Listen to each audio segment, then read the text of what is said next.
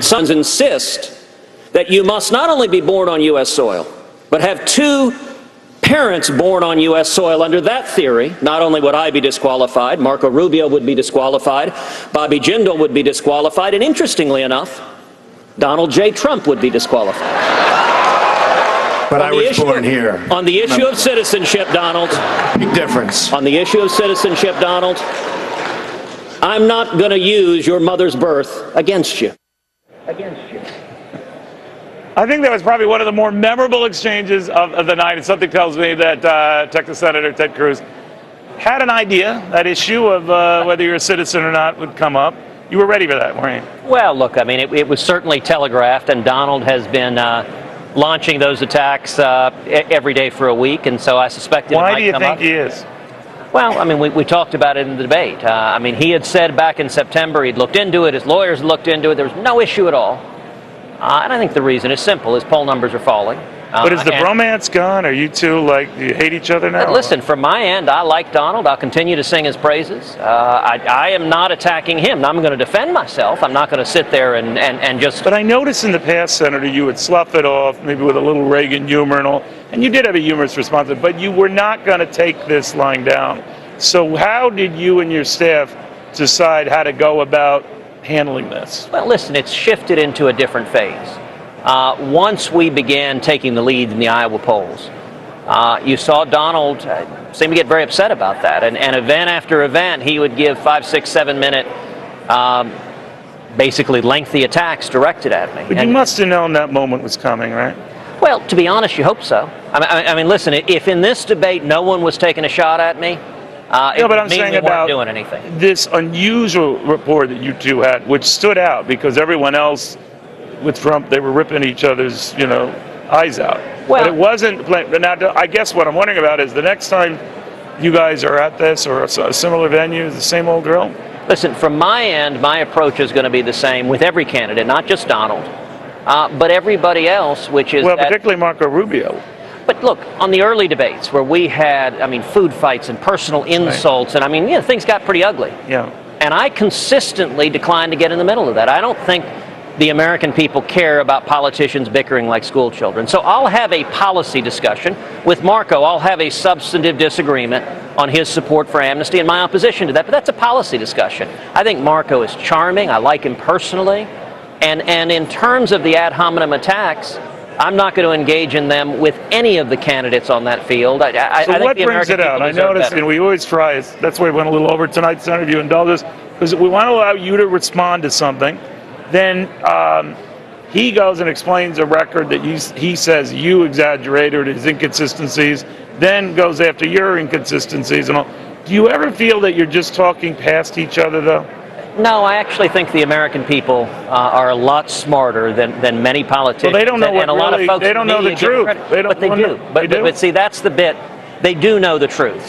So the voters understand. Is it fair to say both of you have evolved on positions? No, it actually isn't.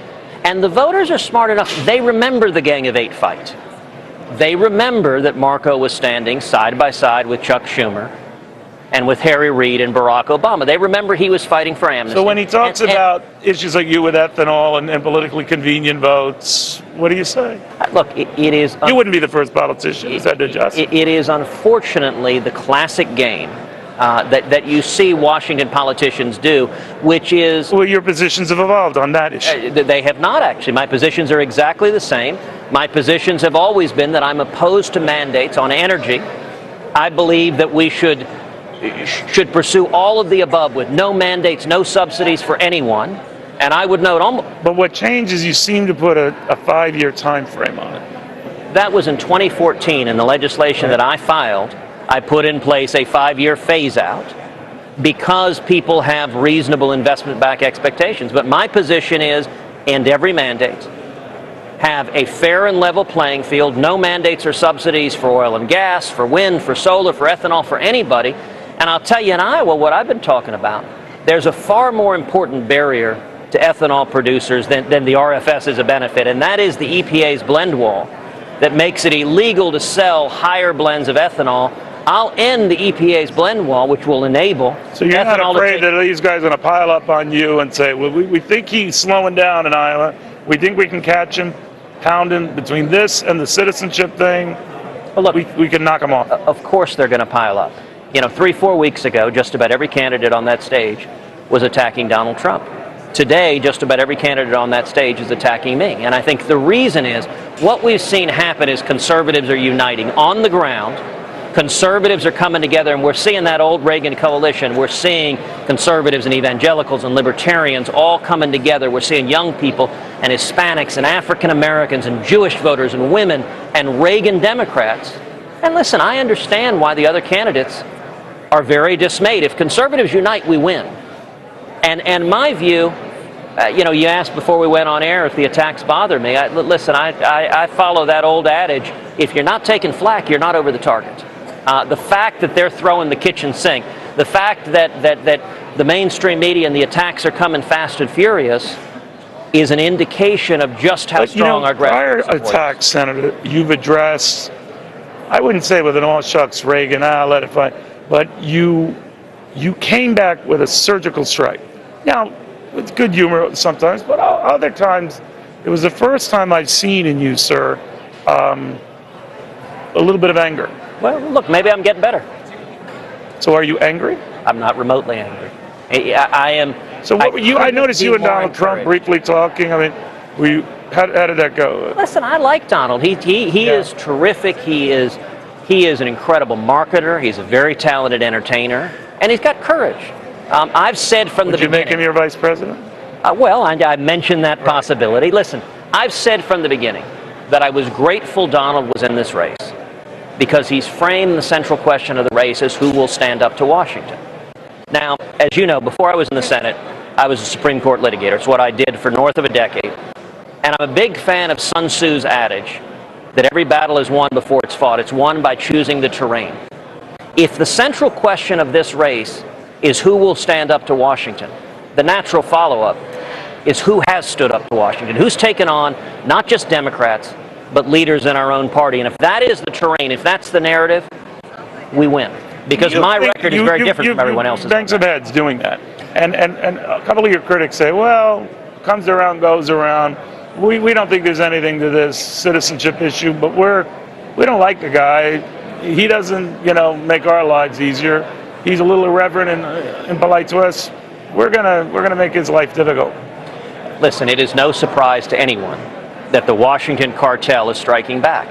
That they are dismayed. They are dismayed beyond words. That but conservatives it are almost uniting. seems like your friends at Banny, where are your friends in the Senate? Well, look, and they're particularly dismayed because more and more this is coming down to a two-man race. The polling, the support, it is more and more looking like it is Donald Trump and me, and that has the Washington cartel. Do you have to win Iowa? No, of course not. And there's no one state we have to win. We will compete and do well in Iowa. I believe we'll compete and do well in New Hampshire. We'll compete and do well in South Carolina. Senator, a lot of people think you'll win Iowa. Donald Trump has a good shot at taking New Hampshire. And then we go into territory that is considered a little more friendly to you down south. And you have operations everywhere. Super Tuesday, 10 days after South Carolina. Prior Iowa winners in your party have not been able to do. So you have an operation in place there. Then what? Well, we've got a national campaign. We're one of the very few campaigns that has a national campaign.